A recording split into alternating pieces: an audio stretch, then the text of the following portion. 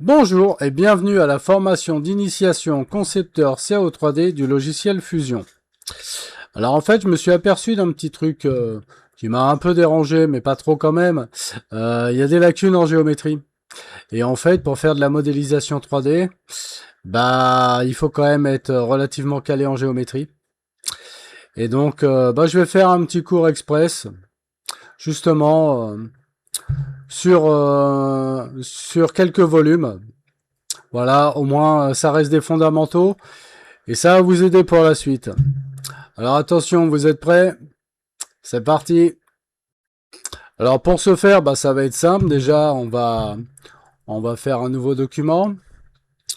Donc alors, conception de pièces, créer.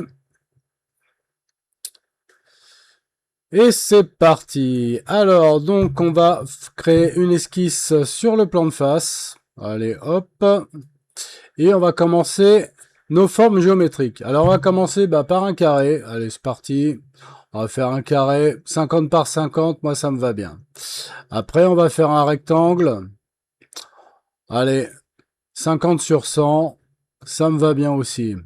Maintenant, on va faire un triangle. Attendez, pardon. Échappe. J'étais parti dans ma lancée, tellement élancé que j'ai gardé mon outil rectangle. Super, quoi. Alors, donc, pour faire un triangle, il faut aller sur ligne. Donc, on va faire ça comme ça. Allez, on va faire un triangle comme ça. On va pas s'embêter. Hop, hop. Ok. Et maintenant, on va faire un cercle. Le cercle, on va le prendre à partir de là. Allez, on va faire un petit cercle. Voilà, 50 aussi, ça c'est bien. Et on va terminer l'esquisse. Déjà. Alors, hop, je me remets sur ma face avant. Donc là, on voit notre carré, notre rectangle, notre triangle, notre cercle. On est content. Vous voyez, ça a été très vite. Hein.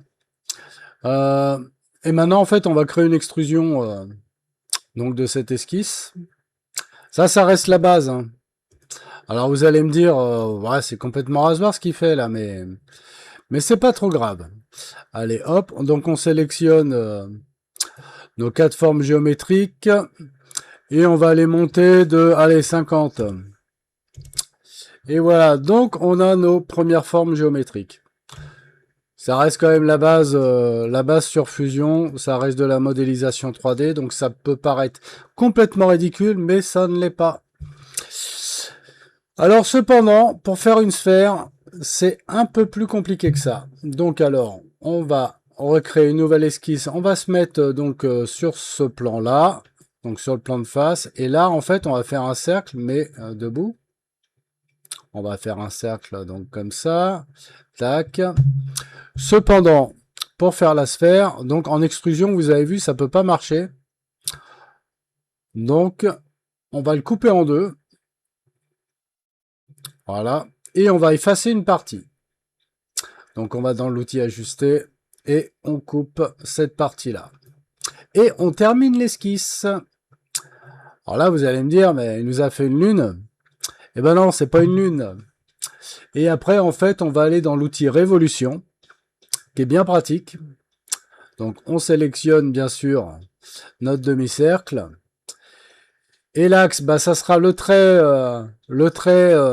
qu'on a tracé sur ce cercle en deux. Et en le sélectionnant, vous voyez, j'ai ma sphère. Alors bien sûr, là, ma sphère, elle est complète. Voilà. Donc, une sphère, c'est 360 degrés. Donc maintenant, si je fais en partiel, alors on va mettre un partiel, on va modifier les degrés. Comme ça, vous allez un peu mieux comprendre. Donc on va faire une demi-sphère, donc 180. Donc là, maintenant, je vous montre. Voilà, j'ai fait ma demi-sphère 180. Bon. Sauf que moi, je veux une sphère complète. Donc alors, je reviens dessus. Donc sur type d'étendue, je mets complet. Et on a notre sphère. Donc vous voyez, ça reste des formes géométriques de base. Et en fait, tout ce qu'on aborde en pièces mécaniques ou bois, il y a ces formes géométriques. Donc vous voyez, c'est pas anodin. Bon, après, il y a quelques subtilités, mais il faut au moins la base. Il faut au moins la base. Voilà.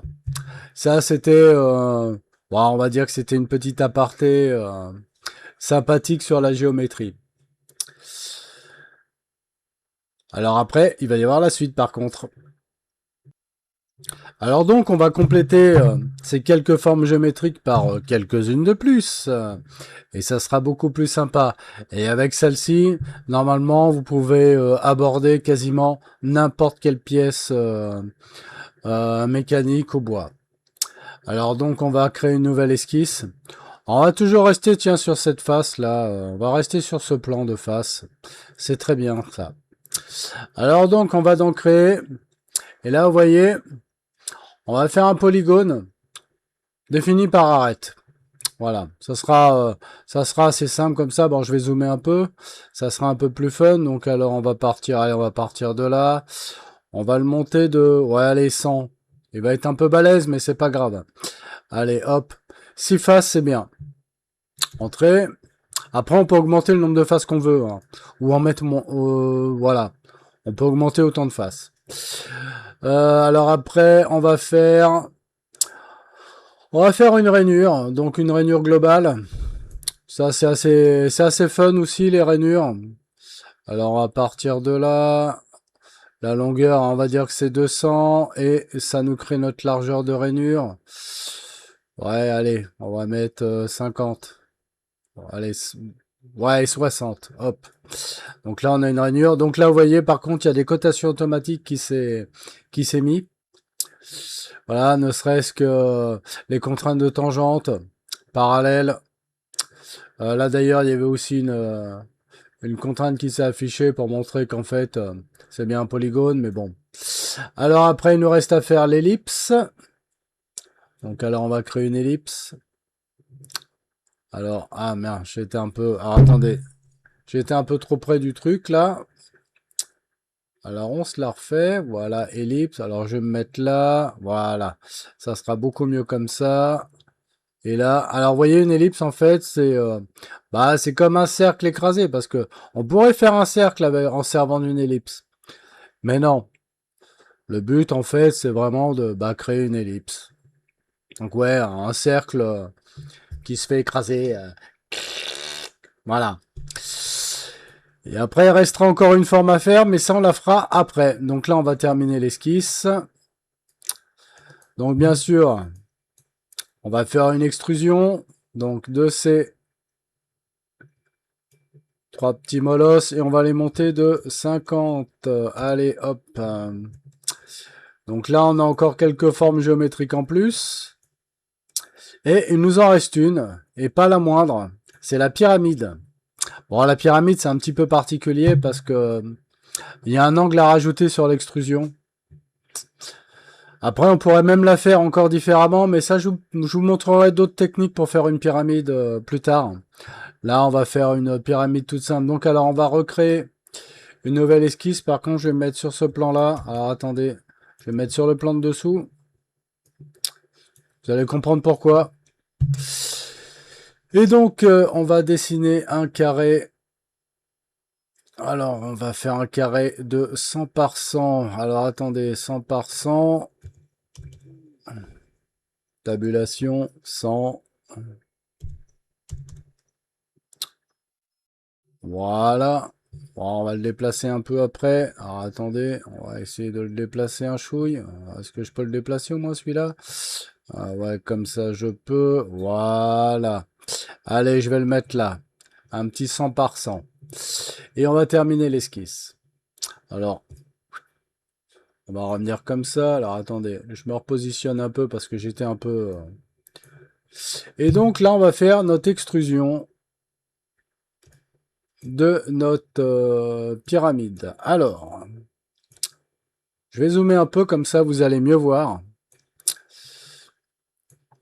Alors, on va monter... bon, attendez, d'abord, je mets les degrés. Alors, on va mettre moins 38 degrés. Et on va monter maintenant. Et là, vous voyez, alors vous allez comprendre pourquoi j'ai mis moins 38 degrés. Normalement, je devrais monter jusqu'à 65 max avant, et après, il se passera plus rien.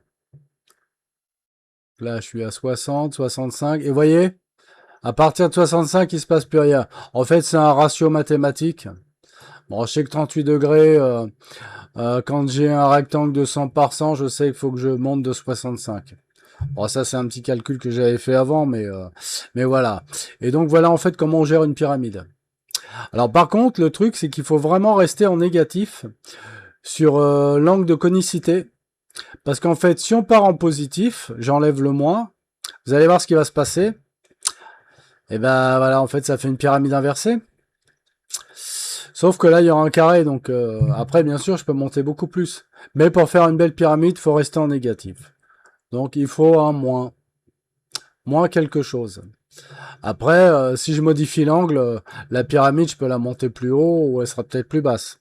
Voilà. Mais disons que ça, c'était vraiment la technique pour la pyramide. Et ok. Et ben là, en fait, on a toutes nos formes géométriques de base. Parce que ce qui est beaucoup utilisé en tôlerie ou en pièces mécaniques, c'est les rainures. Les polygones sont beaucoup utilisés aussi. Bon, bien sûr, on a les cercles pour les perçages, les rectangles pour faire des formes un peu spécifiques. Bon, pyramide, ça c'est dans un autre cadre. Sur les pièces en bois, en fait, qui ornent, ouais, par-dessus des piquets. Ça peut être la fin d'un piquet, enfin, etc., etc. Mais disons qu'avec toutes ces formes-là, là, vous êtes quand même armé un peu pour faire pas mal de choses sur Fusion. Et là, on va vraiment pouvoir travailler sérieusement. Voilà. Donc, c'était le petit mot de la fin. Donc, alors, entraînez-vous à faire ces petites formes. N'hésitez pas, prenez... Alors, pour le polygone, augmentez le nombre de faces. Les rainures, essayez tout type de rainures. Vous voyez, il y a... Enfin, il y a de quoi faire. Franchement, il y a de quoi faire. Voilà. Et ben, je vous dis à bientôt. Entraînez-vous. Et puis, entraînez-vous.